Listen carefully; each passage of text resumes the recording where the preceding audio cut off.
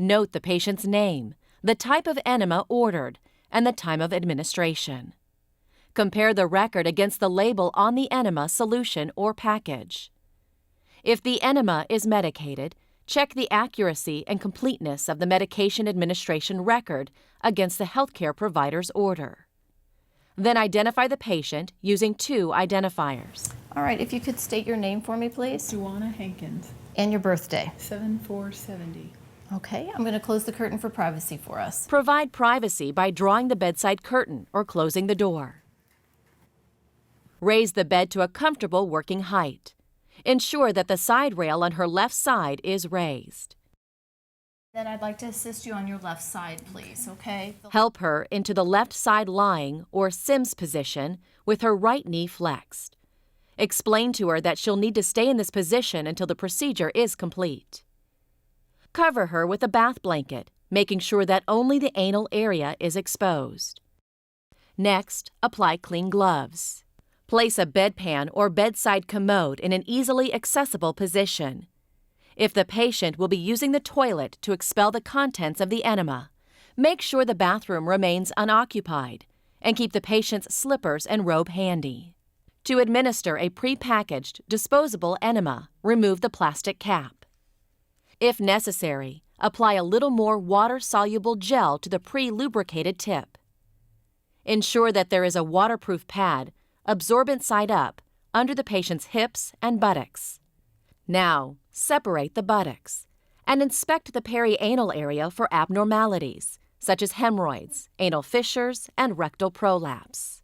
Gently separate the patient's buttocks and locate the anus. Help her relax by coaching her to breathe slowly in and out through her mouth. After expelling any air from the enema container, gently insert the lubricated tip into the anal canal, angling it toward the umbilicus. Adjust the insertion depth based on the patient's age. In any patient, don't force the tip if you feel resistance. Stop the procedure and notify the healthcare provider.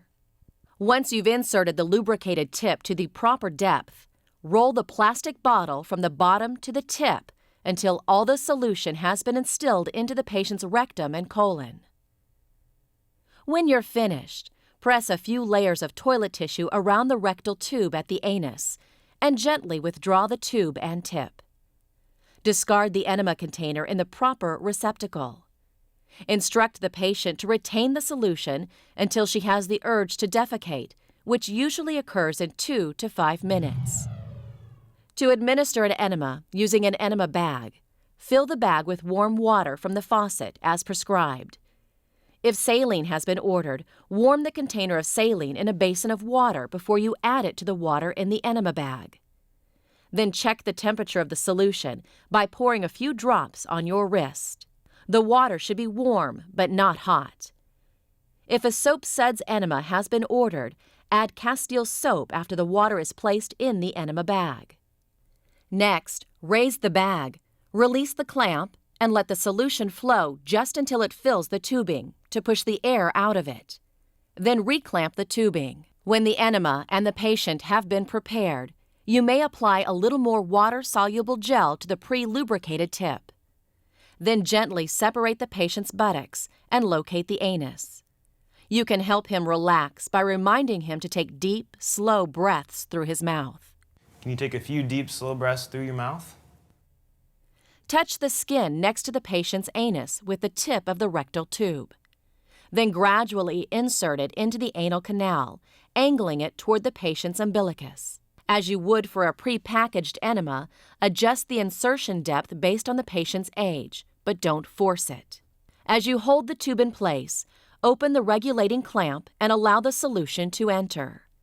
Keep the enema container at the level of the patient's hips to prevent the solution from flowing out of the bag too quickly. Gradually raise the container above the anus. For a high enema, raise it 12 to 18 inches, or 30 to 45 centimeters. For a regular enema, raise it 12 inches, or about 30 centimeters. And for a low enema, raise it 3 inches, or 7.5 centimeters. Once the flow of the fluid has been established, you may hang the enema bag from an IV pole. If the patient has cramping or if fluid escapes around the rectal tube, lower the container or close the clamp. When all the solution has been instilled, clamp the tube. Tell your patient that you've completed the procedure. Place toilet tissue around the tube at the anus and gently withdraw the rectal tube and tip. For either type of enema, explain that mild bloating and abdominal cramping afterward is normal.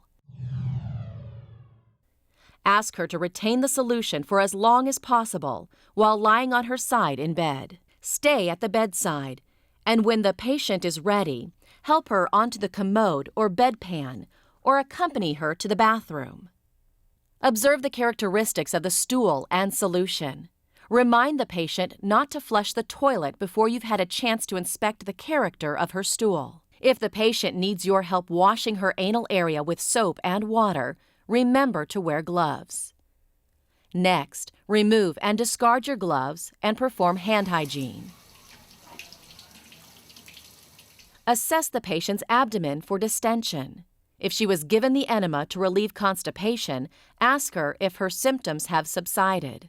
Help the patient into a comfortable position and show her how to summon assistance. As part of your follow-up care, record the type and volume of enema given, the time of administration, the characteristics of the resulting stool, and the patient's tolerance of the procedure.